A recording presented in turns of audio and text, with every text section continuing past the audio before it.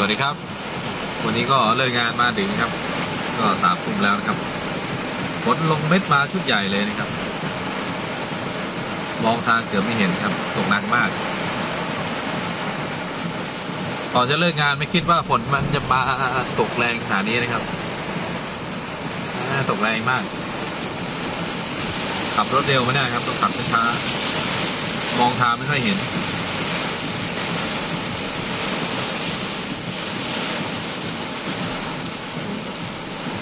ตกหนักมากๆเลยครับก็ขับรถอยู่ประมาณ30 กิโลเมตรต่อชั่วโมงนะครับขับเร็วกว่านี้ไม่ได้เพื่อความปลอดภัยนะครับ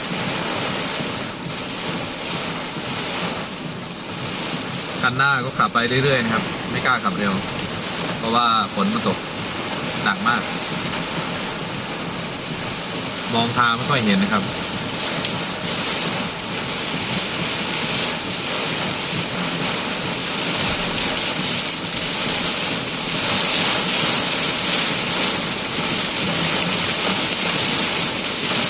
ดีนะครับวันนี้ขับรถใหญ่มานะครับถ้าขับรถมอเตอร์ไซค์มาเรียบร้อยเลยนะครับกลับบ้านไม่ได้เลย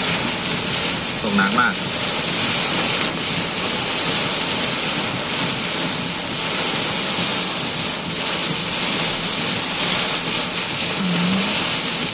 แต่บ้านเราไม่ตกแบบนี้เนาะแถวบ้านเรา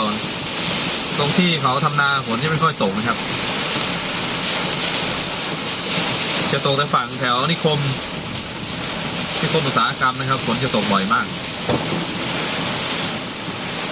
ฟ้าร้องด้วย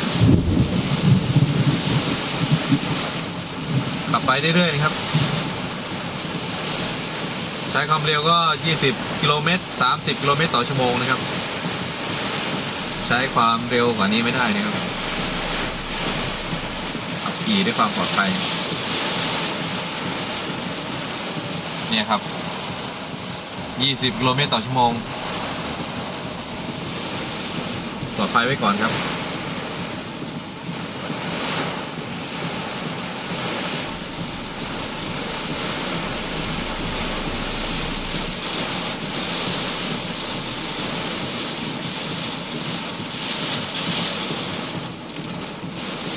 ฝนก็ตกหนักฟ้าก็ร้องสงสารในมอไซค์เนี่ยเปียกกันหมด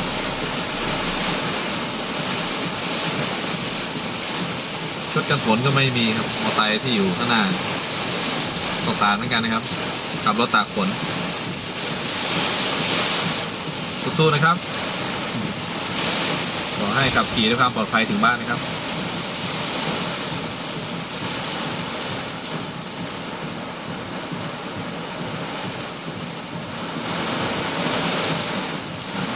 คันหน้าก็ไม่กล้าขับเร็วนะครับอาจจะไม่ชำนาญทางนี่ก็จอดอยู่ข้างทางนะครับไม่กล้าขับเดี๋ยวต้องเลี้ยวก่อน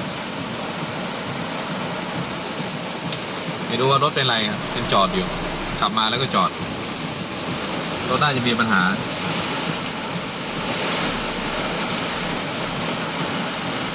คันหน้าก็เปียกหมดนะครับมอเตอร์ไซค์สงสารเหมือนกันนะครับเจอพายุฝนลงมาชุดหนักเลยก็ขับขี่ด้วยความปลอดภัยนะครับขออนุญาตแซงก่อนนะครับทางกลับบ้านในความปลอดภัย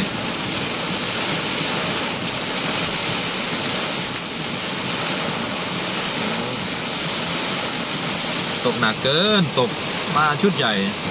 ตอนแรกก็ฟ้าก็ยังเปิดอยู่ดีๆ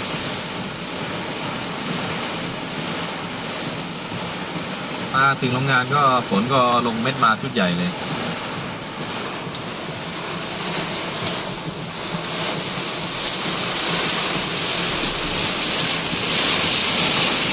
ตกหนักมากนะครับ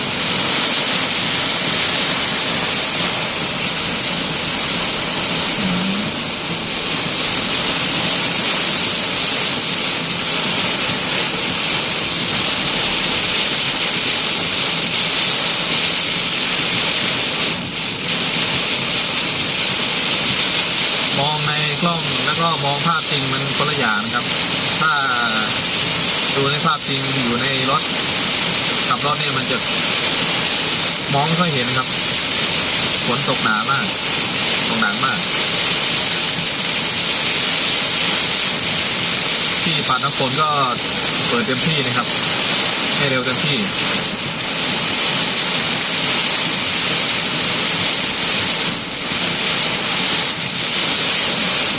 คันหน้าก็ไม่กล้าขับเร็วนะครับจอดเลยละ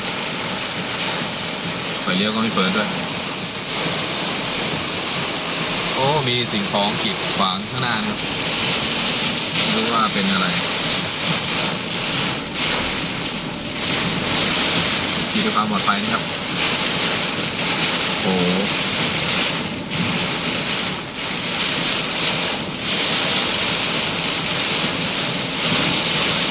ตกหนักมากเลยเนี่ย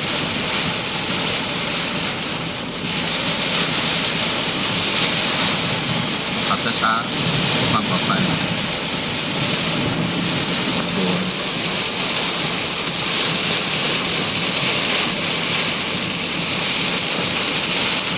ฝากกดไลค์กดติดตามกดแชร์ช่องนาราศักดิ์ Channel ด้วยนะครับเพื่อเป็นกำลังใจในการทำคลิปวิดีโอต่อไปนะครับผม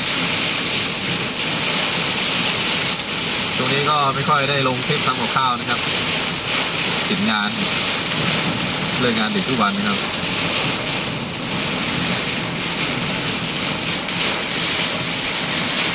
ก็ถ่ายให้ดูเวลาเลิกงานนะครับเจอพายุฝนลงมาชุดใหญ่เลย